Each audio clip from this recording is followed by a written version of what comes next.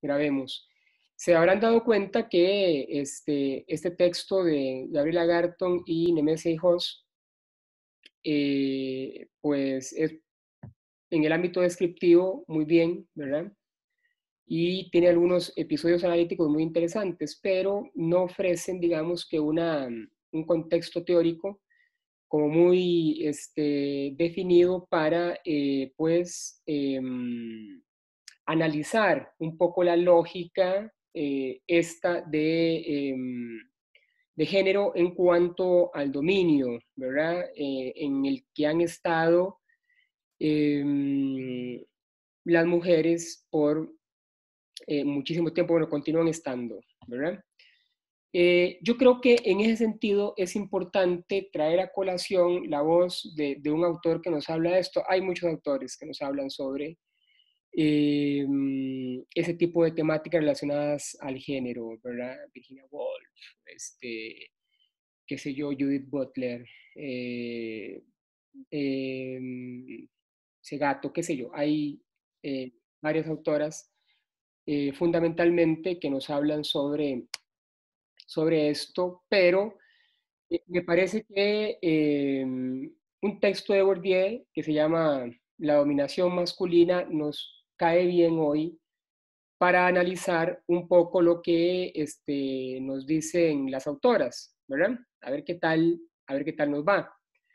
Digo, tener esto como telón de fondo para poder advertir más en términos analíticos, teóricos, o para profundizar más en términos analíticos y teóricos acerca de las ideas, interesantes ideas que nos formulan David Agarton y Nemesia Hijos. ¿De acuerdo? Entonces, yo voy a extenderme un poquitito ahorita, espero no mucho, y después discutimos en grupos eh, el texto de las colegas, ¿de acuerdo?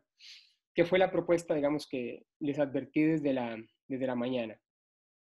Muy bien, si tienen alguna pregunta, abren el micrófono o algún comentario, abren el micrófono o por ahí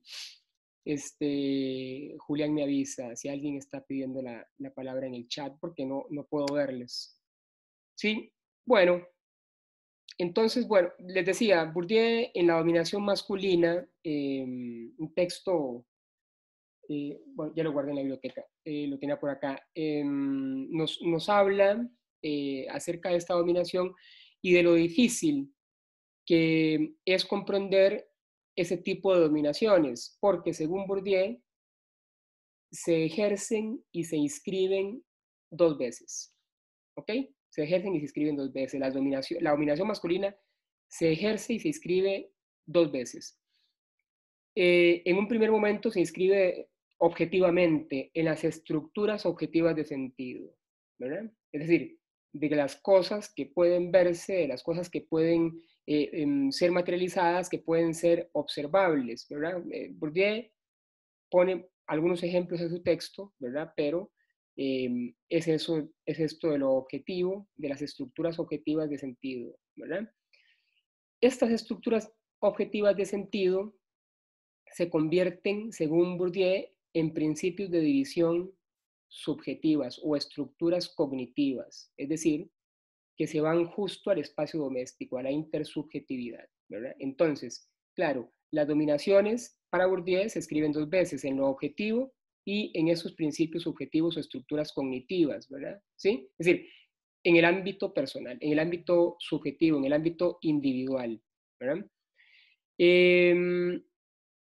Y pone este ejemplo, ¿verdad?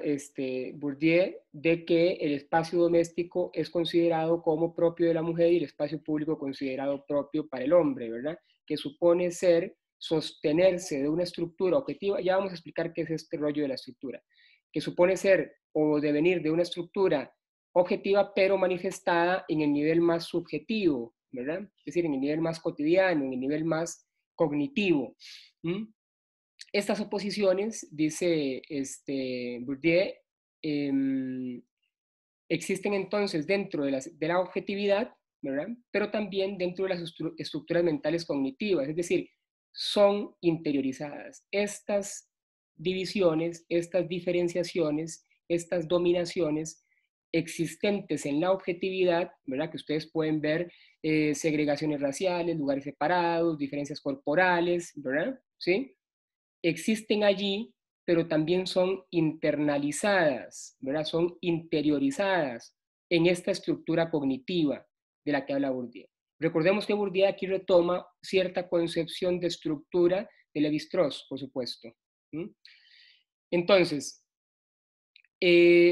esta concordancia, ¿verdad? Esta asimilación, esta relación entre lo objetivo y lo mental, subjetivo, cognitivo, hace que todo parezca dado. Con Husserl parece que existe una experiencia dóxica con D de dado, dóxica, de doxa. Es decir, que se naturaliza aquellas condiciones que son históricas y sociales, que son sociohistóricas. Entonces, ¿qué hace Bourdieu en la dominación masculina? Intenta devolverle a la doxa su propiedad paradójica. ¿Sí? Claro. De nuevo, pareciera que esta dimensión, este principio objetivo se engarza con los principios de división subjetivas o estructuras cognitivas, ¿verdad? Hay esto que está acá, lo objetivo, fundamenta, ¿sí? De alguna manera la estructura cognitiva, cimenta la estructura cognitiva, ¿verdad? Todo el conjunto de separaciones que vemos en la cotidianidad, en la realidad cotidiana, pongamos por ejemplo el caso de la relación Costa Rica-Nicaragua, ¿verdad? Que es una cuestión objetiva, que se puede ver, que se puede palpar, está siendo interiorizada en cierta construcción de la estructura cognitiva mental nuestra, al punto de que la naturalizamos. Es decir, esa diferencia la naturalizamos, es decir, la esencializamos. ¿Sí queda claro esto? ¿Sí? Muy bien. Si hay alguna pregunta, pues ustedes abren el micrófono y la plantean. Entonces, Bourdieu a partir de esto, de esta concatenación entre lo objetivo y lo subjetivo, expone dos premisas que son, me parece que relevantísimas para entender o para, digamos, darle una profundidad, otra profundidad o más profundidad analítica al texto que leímos para hoy, ¿verdad? Sobre la deportista moderna, de la que hablan Hijos y Garton. La primera premisa es que hay una inversión entre causas y efectos, ¿verdad? Y esta inversión hace aparecer una construcción naturalizada de los géneros, es decir, no se ve la causa y el efecto, ¿verdad? Es decir, cuando digo que no se ve la causa y el efecto, es que esta situación no ha sido historizada y se ve como natural, ¿verdad? ¿Sí? Es decir, esta inversión lo que sugiere ser es que lo histórico, lo social cultural, se convierte en natural esencial. Podemos poner un ejemplo para que quede más claro. Los órganos sexuales masculinos o femeninos, ¿verdad? Que de manera esencializada supone una dominancia de lo masculino sobre lo femenino, ¿verdad? Por esta situación fálica, ¿verdad? Entonces, naturalmente, esencialmente, hay un dejo de dominación, hay una dimensión de dominación de hombres hacia mujeres por un asunto naturalizado, ¿verdad? Sin percatarse de que hay todo un proceso sociohistórico de fondo que subyace en esa diferenciación que finalmente se convierte en dominación. ¿De acuerdo? Esa es la primera premisa.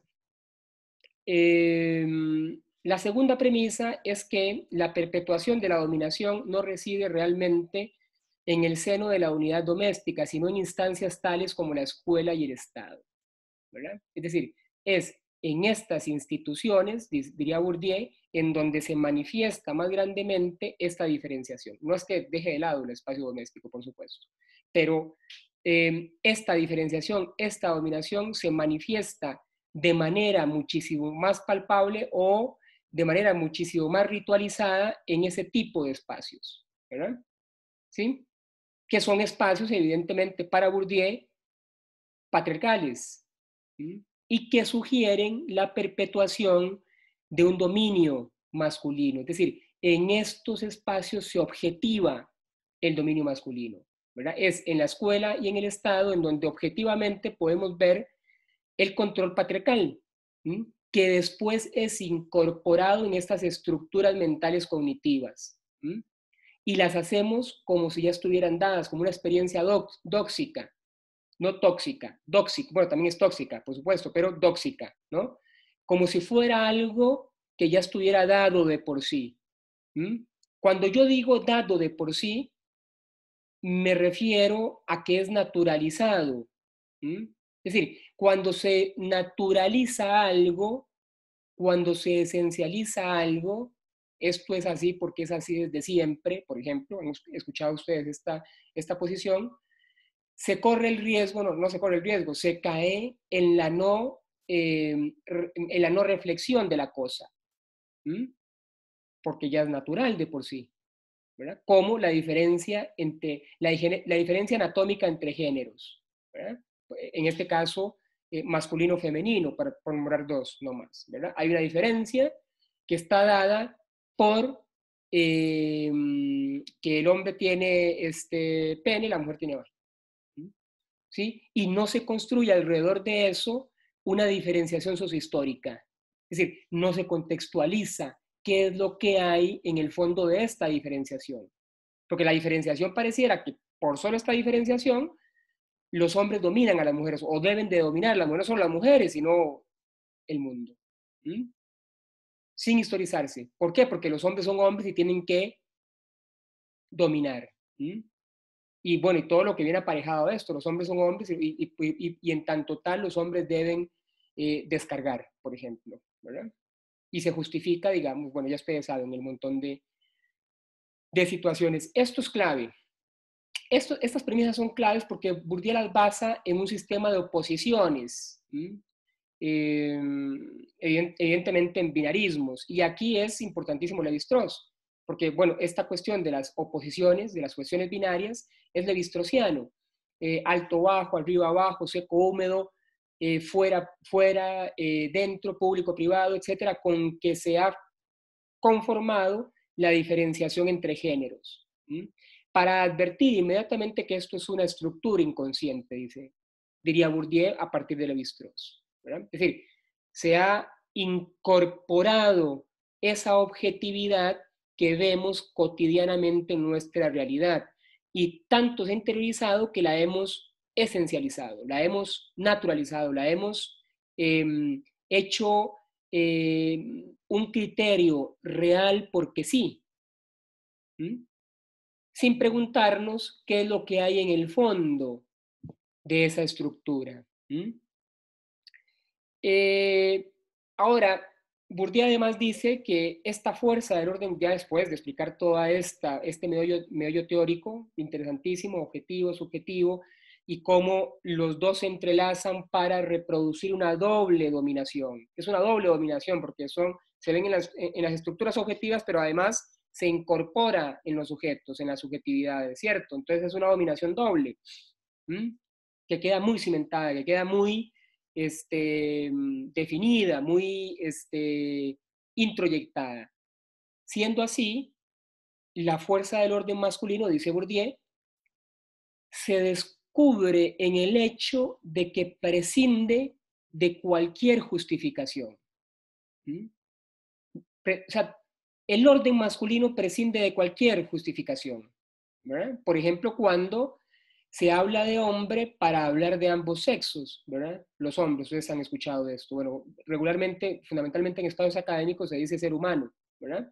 Pero en otros espacios siempre se utiliza la palabra hombre como un genérico, ¿verdad? Bueno, ¿por qué? Porque la utilización de hombre prescinde de cualquier justificación. Es decir, se entiende que se está hablando de hombres y mujeres, digamos, en esta acepción, pero es muy interesante que utilicemos hombre y no utilicemos otra palabra, ¿cierto? Es decir, hemos naturalizado, ¿ven? Esencializado el uso de la palabra hombre para referirnos al género humano, ¿verdad? A la especie humana, ¿sí? Y por eso, acuérdense que estamos hablando de cuestiones de oposiciones binarias. Y por otro lado, las virtudes femeninas, vean ustedes qué interesante esto de Bourdieu, las virtudes femeninas solo pueden afirmarse en una doble negación.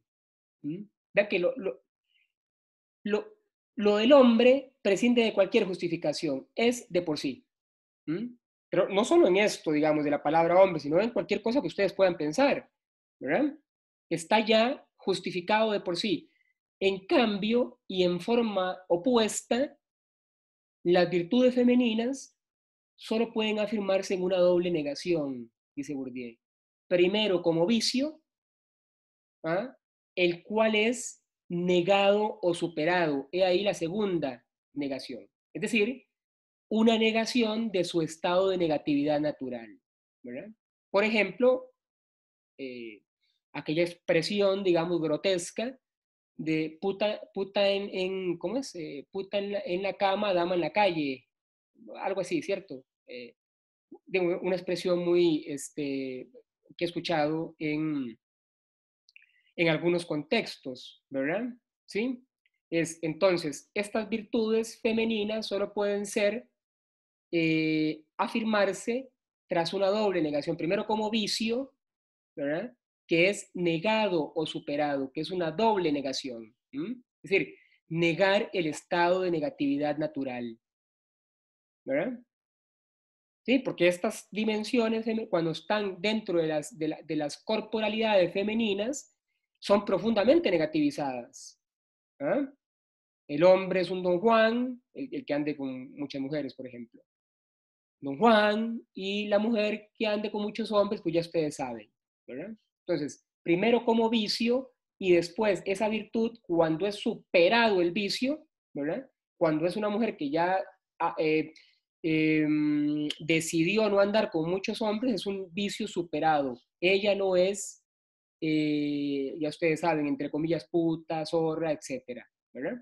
Primero como vicio y después, al haberse superado, es la segunda negación, es decir, la negación total del estado de negatividad natural, ¿verdad? Del que habla Bourdieu. Espero que me estén siguiendo sobre esto, ¿verdad?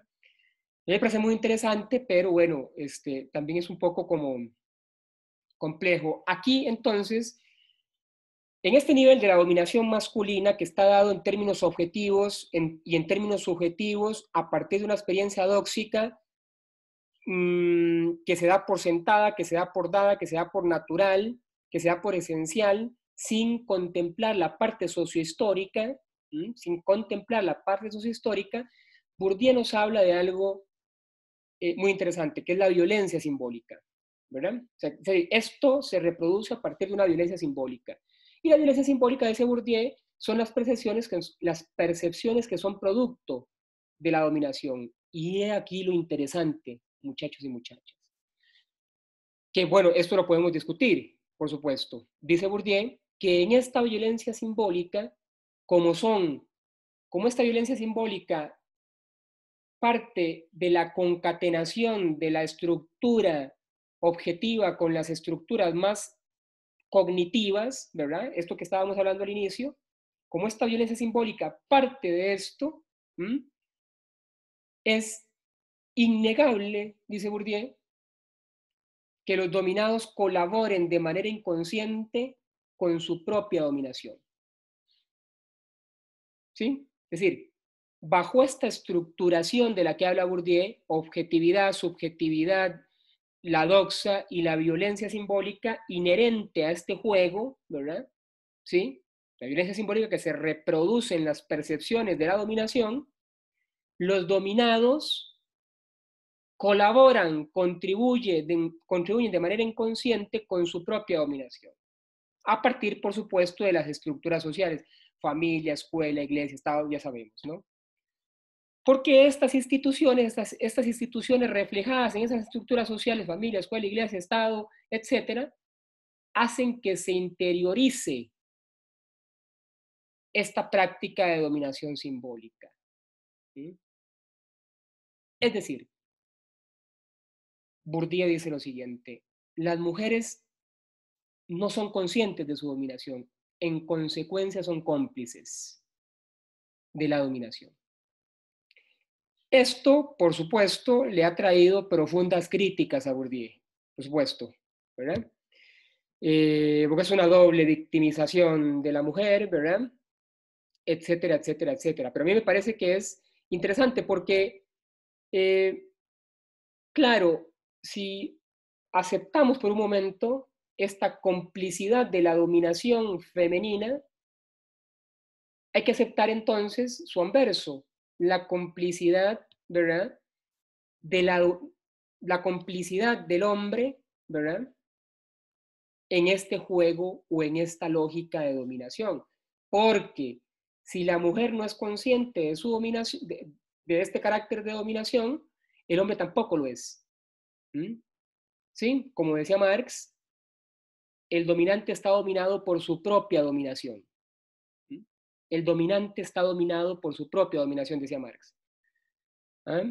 Y Bourdieu establecería que los hombres sufren su machismo, ¿verdad? Por distintas cosas, deber de virilidad, ¿no? Relacionadas con este juego del poder en donde tienen que ser, digamos, los baluartes o los que, en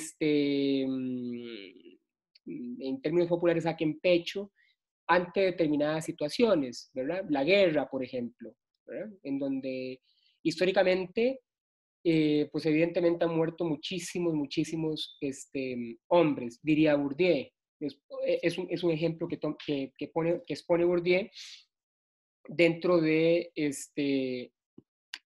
su texto, ¿verdad? Entonces, ¿tienen preguntas hasta acá? ¿Todo bien? Ok. Eh,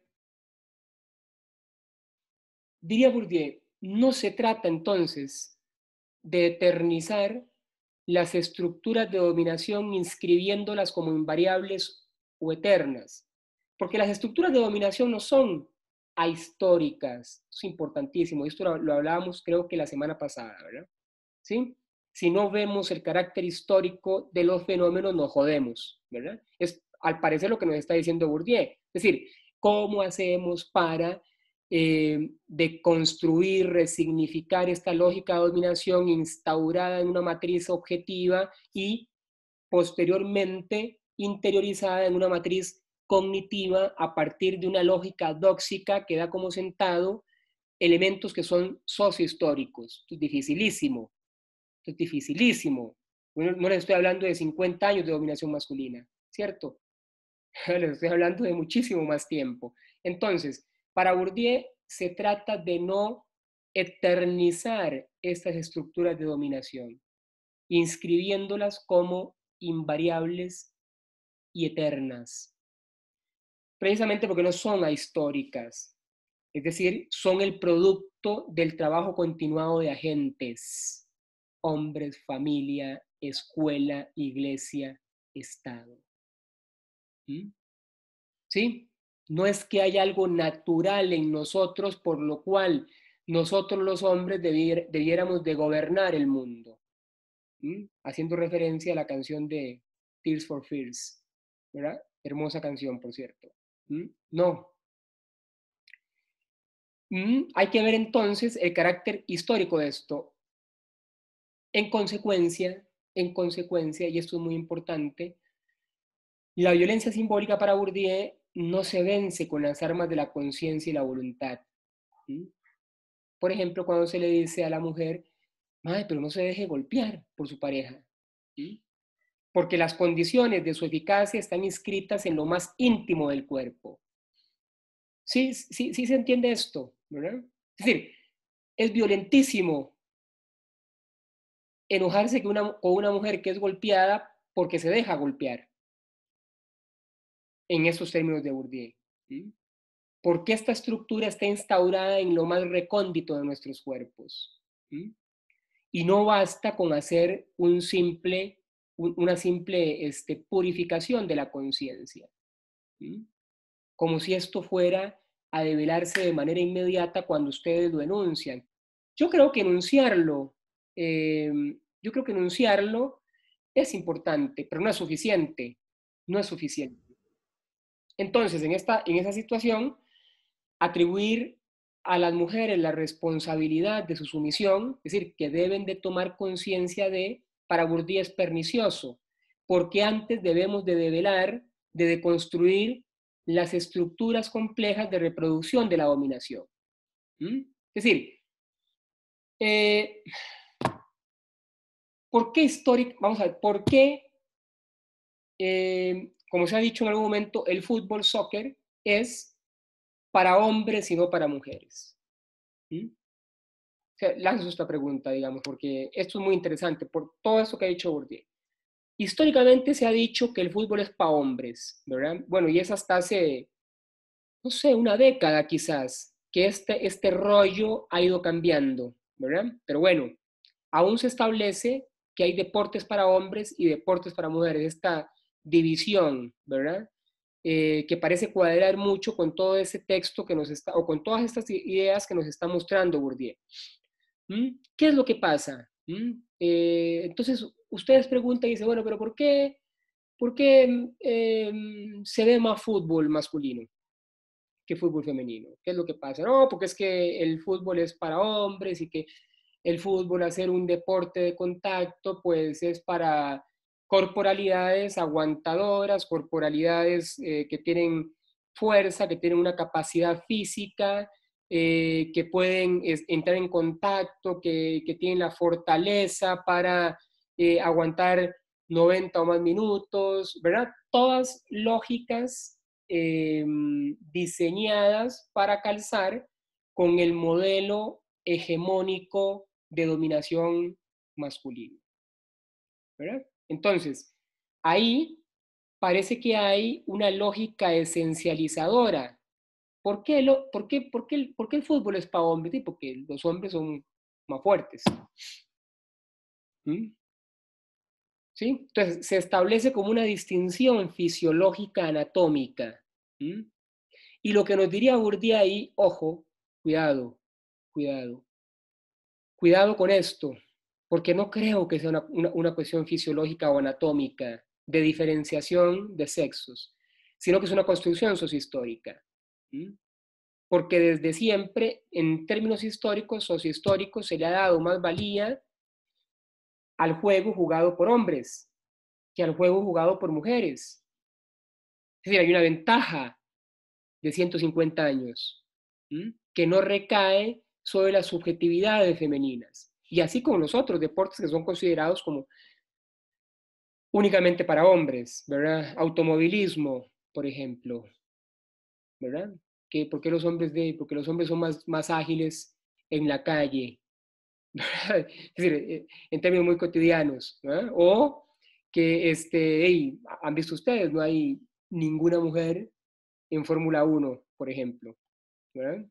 O en las categorías inferiores del automovilismo. No hay mujeres ahí. ¿Dónde hay mujeres en el deporte? ¿Dónde son predominantemente las mujeres, deportes en donde predominen las mujeres? ¿Verdad? ¿Mm?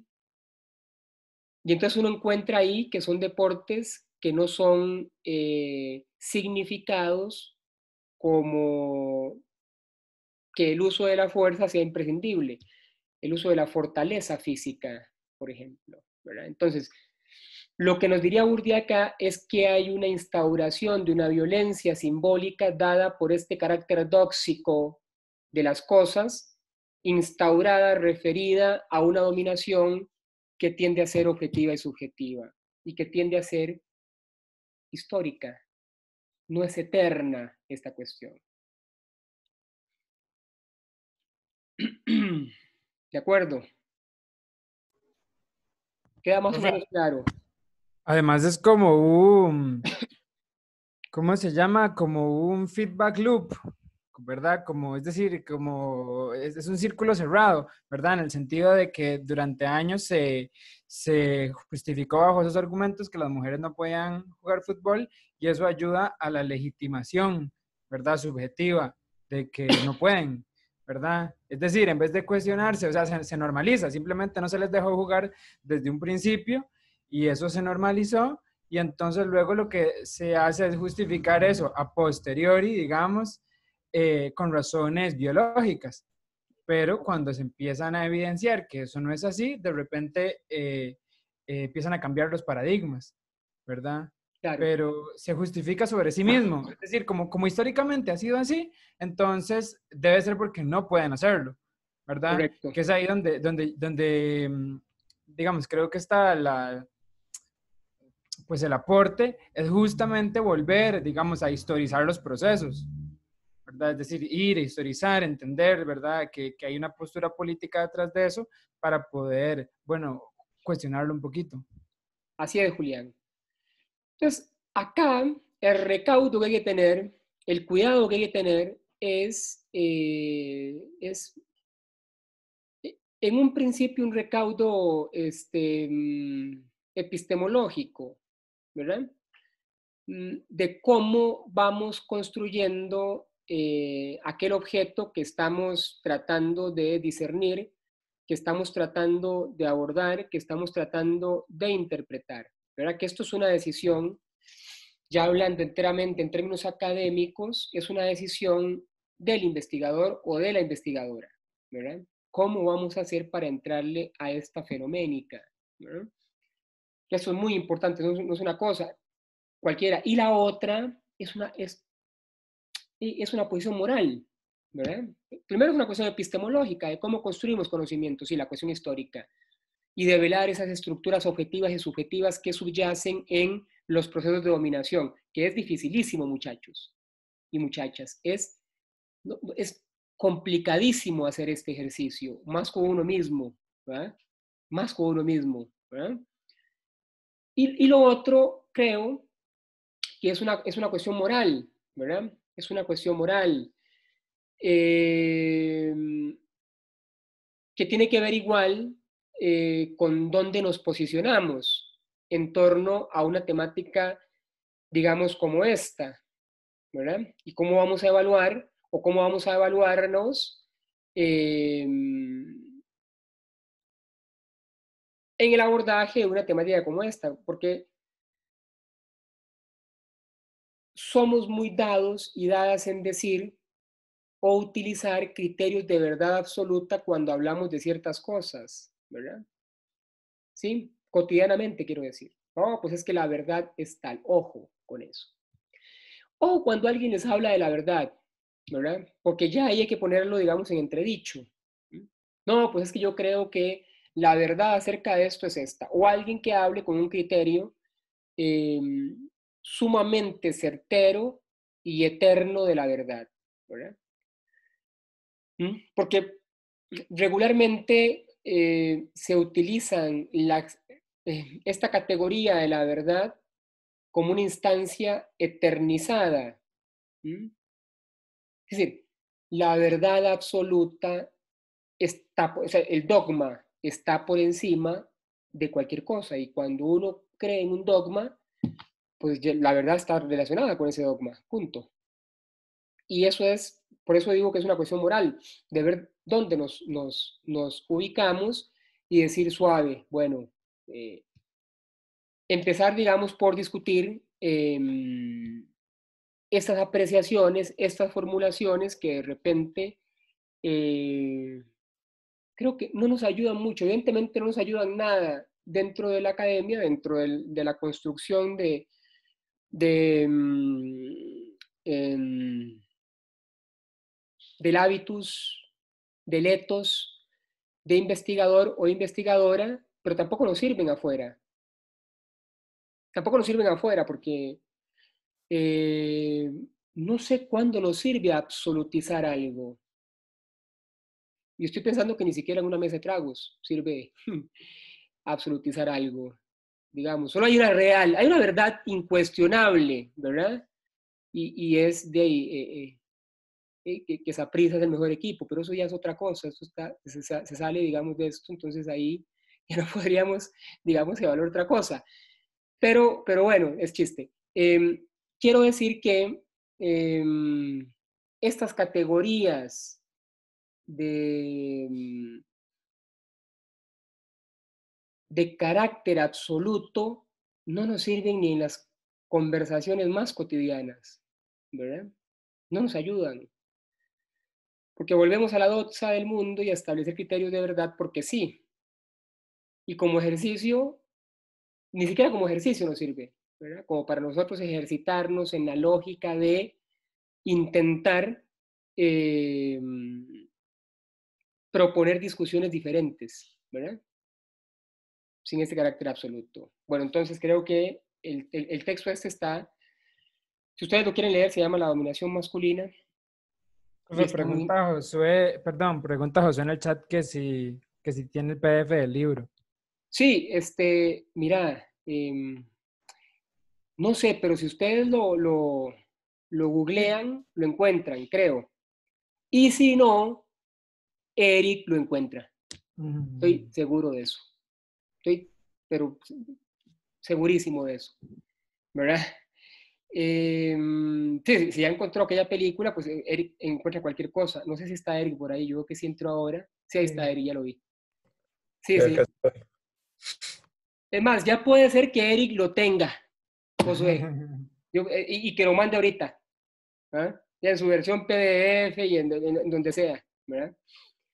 Bueno, entonces, muchachos y muchachas, siendo así, y bueno, yo quisiera proponerles, hay muchas cosas que se tocan en el texto de Garton y de Hijos, sobre esto que no, sobre las que no he querido referirme, muy interesantes sobre la construcción de la deportista moderna en el fútbol, en el rugby y en el running. Yo quisiera hacer unos 3 grupitos y en unos 5 o 10 minutos discutir el texto. Un grupo toma el running, un grupo toma otro grupo toma el rugby y el otro toma el fútbol, que el fútbol es digamos, el fenómeno más abarcado por el texto, ¿verdad? Esto porque Nemesia y Gabriela hicieron un estudio aparte sobre fútbol y quien se encarga de la, eh, de la parte del running es Nemesia, que ha publicado varias cosas sobre el running. Y perdón, no es rugby, es el hockey. Estoy yo, ¿verdad? Que bueno, que en el texto lo comparan, rugby y hockey, ¿verdad? Como un deporte de las capas medias y altas, ¿verdad? O que se ha construido de esa forma, ¿verdad? Entonces, les propongo que hagamos 3 grupitos. Aquí voy a parar ya la grabación